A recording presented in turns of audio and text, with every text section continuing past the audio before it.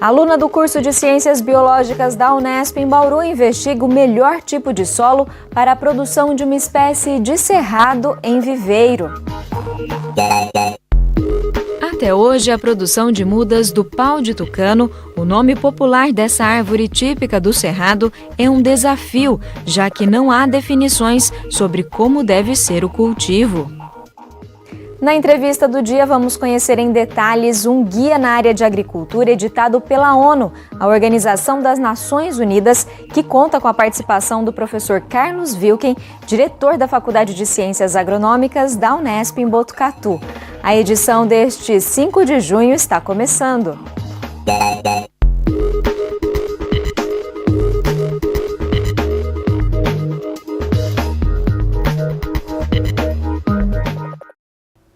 Boa noite! Uma aluna de Ciências Biológicas da Unesp em Bauru está muito perto de descobrir qual é o solo mais adequado para a produção em viveiro de uma das espécies de planta mais características do Cerrado. Ela desenvolve o estudo no Jardim Botânico aqui da cidade, onde também faz estágio. Voquisia tucanorum Marte, ou pau de tucano, como popularmente é conhecida. Esta árvore típica do Cerrado é o símbolo do Jardim Botânico em Bauru. De grande importância ambiental, pode chegar a 12 metros de altura. O problema é que a produção de mudas da espécie sempre foi um desafio para quem atua em viveiros. Nem mesmo a equipe do Botânico, referência no cultivo de mudas para o reflorestamento de áreas degradadas de cerrado, conseguiu desenvolver um protocolo completo até agora.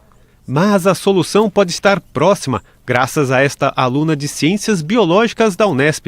Na iniciação científica, Giovana pesquisa o melhor substrato para o desenvolvimento da planta. A estudante, estagiária no Jardim Botânico, testa 4 tipos de solo. Em 2 deles, os resultados têm sido bastante positivos. O solo de cerrado e o solo com resíduo de fosfatização, eles estão mostrando o melhor resultado no desenvolvimento da Voquisia, e confirmando que ela tem uma preferência por um solo mais pobre, né? Com a adição de matéria orgânica, a gente esperava que ela fosse se desenvolver melhor, como a maioria das plantas.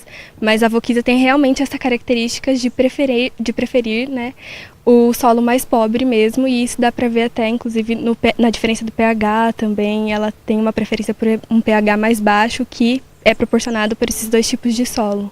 A professora Inês, orientadora da Giovana, explica que o resíduo de fosfotização foi conseguido graças a uma parceria com o Departamento de Química da Unesp. Esse produto aí é resultado de um processo na indústria metalúrgica, que a gente chama de fosfatização, que nada mais é do que você tratar o metal contra a corrosão. Só que nesse processo resulta um resíduo, um lodo. Então o pessoal da química recebeu esse lodo.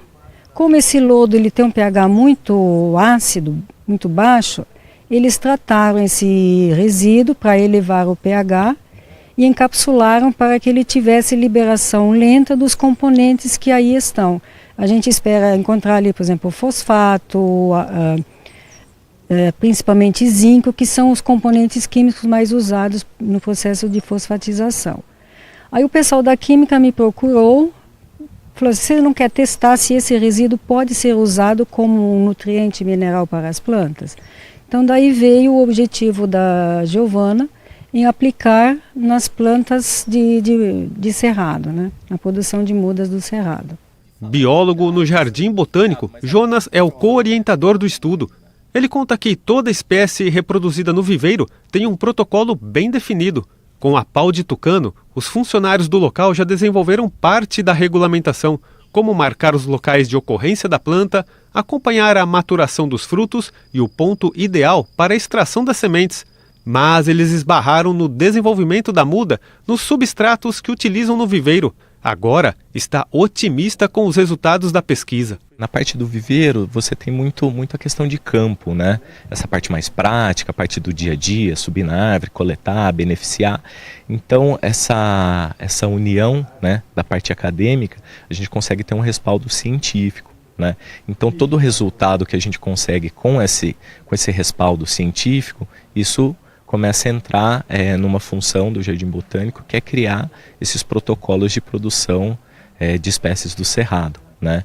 E por ela ser uma espécie do cerrado e a gente não conseguir produzir, essa união entre a universidade e a instituição, o Jardim Botânico, né, leva um resultado positivo nesse sentido. Para o diretor do Jardim Botânico, o trabalho da Giovana é o melhor exemplo de como a parceria entre a universidade e a sociedade tem tudo para render bons frutos. A Giovana, no caso específico, ela fez um ciclo completo, né? Então, além de toda a cadeia produtiva de um viveiro, né, que passa desde a coleta de semente, beneficiamento das sementes, o teste de germinação, chegar até a parte de um trabalho específico, né, de pesquisa, que vai colaborar muito com o Jardim Botânico, porque o resultado desse trabalho dela pode estar virando um protocolo para nós, aqui do Jardim Botânico, para produzir essa espécie, e a gente pode estar passando esse conhecimento para as outras instituições que trabalham com a produção de muda também. A pesquisa, iniciada em outubro do ano passado, vai ser concluída até o mês de julho e já é um motivo de orgulho para a futura bióloga. Eu me sinto muito feliz, né, e eu espero que o meu trabalho contribua para a produção de novas espécies nativas, como a Voquísia, dentro do viveiro. Agora a gente muda de assunto para falar da participação do professor Carlos Wilken, diretor da Faculdade de Ciências Agronômicas da Unesp em Botucatu, na publicação de um guia sobre agricultura editado pela ONU, a Organização das Nações Unidas. A obra foi lançada em abril deste ano no Líbano e reúne produções de outros 7 pesquisadores de diferentes países. A nossa equipe foi conversar com o professor Wilken para saber mais detalhes dessa publicação. Com o nome Guia para o Controle Biológico Clássico de Pragas em Florestas Plantadas e Naturais, a ideia é que o livro sirva de base para que profissionais da área de controle biológico possam implementar com sucesso alguns programas, principalmente em países em desenvolvimento. Professor Carlos Wilken, obrigado pela participação aqui hoje com a gente. Obrigado, Júlio. Obrigado, Vitor. Professor, para a gente começar o nosso bate-papo, queria que você falasse um pouquinho como que surgiu esse convite da ONU para você integrar essa lista valiosa de pesquisadores participantes da obra. Particularmente a ONU, né, pela sua organização em diferentes, né, associações, organizações, tem a FAO, que é a Organização Internacional de Agricultura e Alimentos, e aí eles desenvolvem uma série de projetos internacionais, né, e o foco basicamente é a questão de sustentabilidade na produção. E aí, não só na área de agricultura, mas também na área florestal, né, eles envolvem isso. E esse projeto, baseado, né, foi feito um convite com vários pesquisadores, incluindo da América do Norte, da Europa, da África do Sul, da Austrália, e aqui da América Latina nós acabamos sendo convidados em função, né, dos trabalhos, participações em congressos internacionais, justamente na área de controle biológico, que hoje é um dos pilares aí da sustentabilidade. Para o leitor que tiver acesso a essa obra, professor, que tipo de conteúdo ele vai encontrar ali? Então, com a expertise desses pesquisadores, né, isso foi coordenado pela doutora Shiroma, que é representante da FAO, né, na área florestal. O objetivo, basicamente, é a gente trazer numa linguagem bastante acessível, principalmente para produtores florestais ou agricultores que se interessam na parte florestal, não só envolvendo a parte da produção em si da floresta de madeira, mas também o foco foi ampliar isso para aquelas espécies frutíferas, mas que são o que nós chamamos de arbóreas, né? Então, árvores como mangueiras, etc. Então, inclusive porque muitos países, principalmente na região dos países em desenvolvimento, pegando América Latina, África, Sudeste da Ásia, às vezes nós temos aí os sistemas agroflorestais que envolvem não só as culturas anuais, mas também espécies de árvore, inclusive frutíferas. E o objetivo é relatar todos os casos onde é possível a gente trabalhar com controle biológico. Para a gente falar um pouquinho do seu texto, professor, presente nessa obra, você trabalha com a questão de combate de pragas na cultura do eucalipto, né? O que você apresenta para os leitores nessa obra? Então, o foco principal do livro, que nós chamamos de controle biológico clássico, é quando nós temos problemas de introdução de pragas de um país para outro, né? E isso hoje é relatado como, né, o problema de pragas invasivas ou invasoras. Esse é um problema mundial não só na área agrícola, florestal, mas inclusive na área ambiental.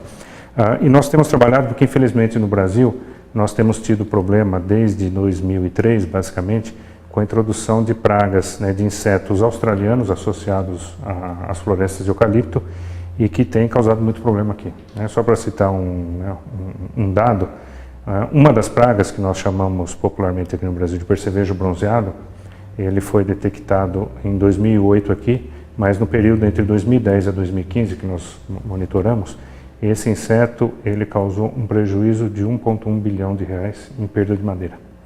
E a gente está numa região que o eucalipto é forte, né, professor? Então, o eucalipto dentro das espécies florestais, temos de floresta plantada, né, que é a base da nossa de matéria-prima para as indústrias de papel e celulose, né, de chapas de madeira e de carvão vegetal, que é a base para a indústria siderúrgica do Brasil. Então, ele tem um papel importante. Né? A parte florestal ela representa quase 4% do PIB do Brasil. Né? Então, isso é importante. O problema é assim, em 2012 nós acompanhamos tudo isso, foi o ano do pior surto, nós tivemos, dos que nos responderam do levantamento, mas foi estimado em mais de 250 mil hectares infestados e que necessitariam de controle e que basicamente naquele momento, apesar de não ter registro, recairia só com o uso de controle químico, de inseticidas químicos. Isso, além do custo, né, ele teria um impacto ambiental grande, porque apesar de ser uma cultura, etc., né, a aplicação, e tem que ser feita uma aplicação por avião, aplicação aérea, por causa da altura da cultura, né, nós estamos falando plantios que tem de 25 a 30 metros de altura, então não é fácil fazer esse tipo de aplicação.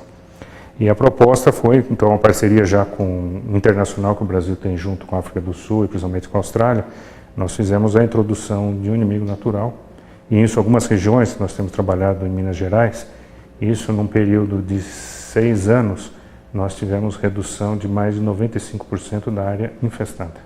Então, uma das empresas chegou a ter, em 2012, 70 mil hectares infestados, né, que necessitariam de controle, e em 2017 essa área caiu para mais ou menos 4.500 hectares, né, sem uso de uma gota de inseticida. Uma ótima resposta, né?